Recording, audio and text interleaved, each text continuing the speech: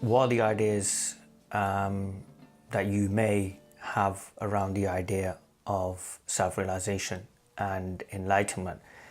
And it's something that I've been bringing up a lot in talks. I've been saying to people, bring me your ideas, tell me what you think this is all about, and then what we can do is we can either talk about which one's right and which one needs to be let go of, and which one you need to kind of move forward on, or which one you need to refrain from.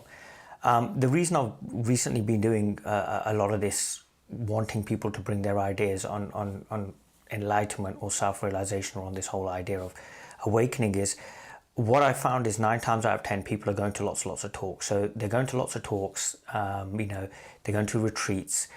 And sometimes when you kind of get in that one-on-one situation, you find that the knowledge that they have, or their understanding of what it means to be awake or realization, is elementary at best.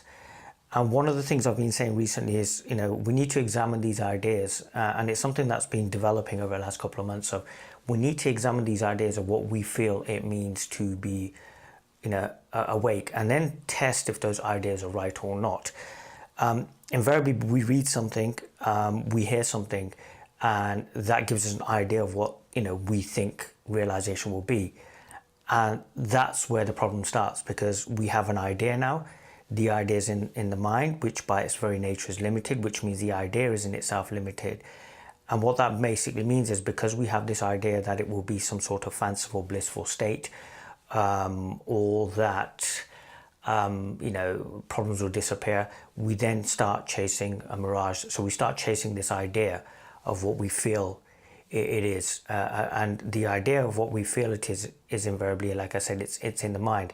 So it leads to the situation of, we're going to meetings, we're going to retreats, we're doing satsangs, we're sitting in the company of enlightened masters, great teachers, and we're not really hearing the very basic, the very simple, and the very ordinary message that's being put across, which is that the thing you're looking for is actually you. And you can never be encapsulated by an idea or a theory or a pointer or a spiritual practice.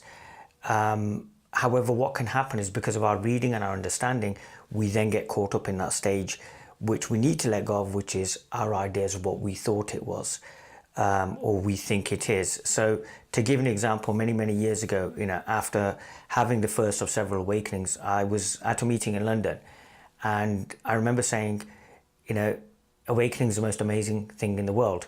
What I really wanted to add, and the gentleman who was talking to me added it for me, was that it's also the biggest letdown as well, because everything that we feel it is, or we've read about it, is invariably thrown out the window, because there really isn't anything that can really truly encapsulate what this reality is.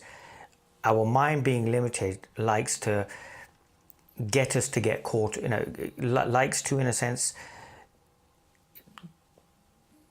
get us trapped in this whole idea of a pointer, and that it's somehow got to be like this. And if it isn't like this, then it can't be freedom. So on a constant basis, on a moment by moment basis, we are rejecting realization because it doesn't fit an idea in our mind, which has been gleaned from some reading of a text that is hundreds and hundreds of years old, or we've heard a teacher say something and we've misinterpreted it, we've taken it out of context. And what then happens is, we pick up this idea, we develop our own theory, our own pointer as to what it will be like, and then every experience, every meeting is measured against that yardstick. And if it doesn't come up exactly the same, which it never will, we'll reject it. So I remember once saying at a talk, there is nothing that I can say that will satisfy your mind. And your mind is where this idea of realization is coming from. So it's something that we need to sort of like look at. I mean, I remember this lady asking me at a talk I did about a year ago, what does awakening even mean? And to me, it was an amazing question, and it got me thinking as well, because what exactly is awakening? What exactly does it mean to be realized? And what exactly does it mean, to know yourself?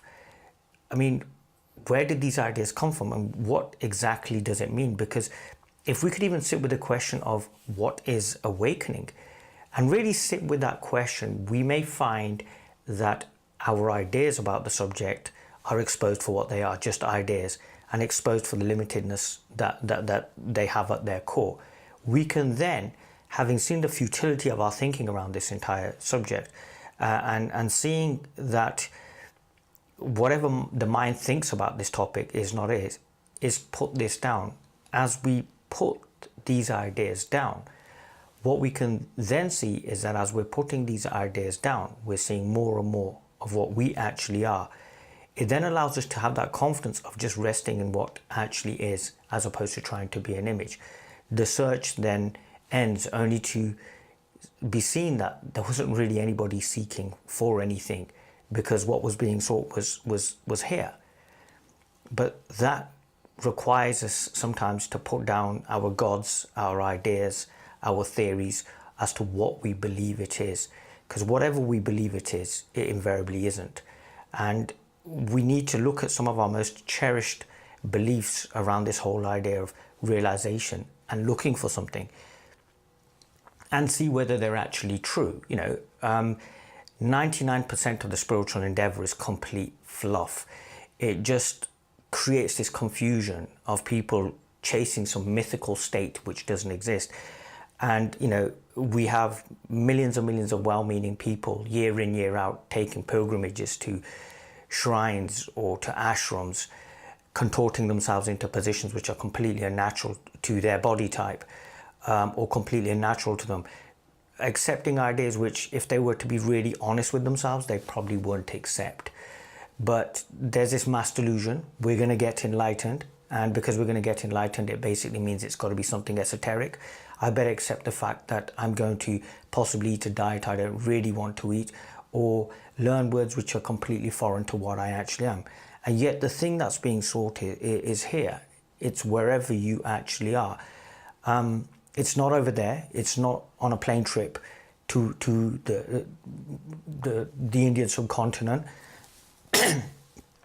It's right where you are, because wherever you're going, you're traveling with you. So all those years that I was seeking and looking for all of these, like great esoteric, states and esoteric thinking, and I was going to be enlightened. And what was going to happen was that, I was going to be blissed out. Everything was going to make sense. And the stupidity of the situation is I was carrying my solution with me, to the point where I was sitting there in a room looking for myself, and yet I was there. It reminds me of a beautiful situation that happened recently in Slovenia, with a young man called Jan, who, as he walked into the talk with his parents, said, "I'm almost 10. So he wasn't 10, he was almost 10. He's probably 10 by now. And just after a break, I decided to just play with this whole idea of, I've got this room of people looking for something. And I said, "Oh my God, I'm missing. I don't know where I am," while sitting in the chair. And without missing a beat, Jan, shouts out, "But you're there, you're sitting in the seat." And that was it. It was that simple. It was that instantaneous. There wasn't a wisdom that could have been greater or deeper than that. That was it. I was sitting in the chair. And yet, every moment of our existence is this thing not inviting us. It's asking us to realize itself, which is us, every moment. And yet we miss this, believing the grass is greener on the other side. That although we talk about here and now, we're actually looking for there, because we've been conditioned to believe it's over there. We can't accept that this moment, as ordinary, as mundane, and as simple as it is what is being sought.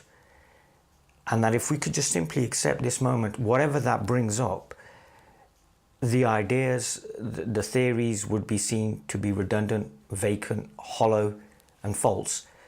And it would be seen that it was simply just this moment. And the beauty of the futility of this search would be that it was also it, and that it was perfect, whole and complete, that every setback, that every victory, that every failed love affair, that every disappointment we suffered, and every satsang we ever went to, And every teacher we ever sat with was constantly this reality that we'd been seeking. And we decided to play this out. And there was a wisdom as to why we played it out. And in that moment, there was no pain, there was no regret, there was no idea of suffering, there was nothing. There was just this reality, this expansiveness, which, even as I said, that felt like such a complication, that in this moment, it really just simply was this moment.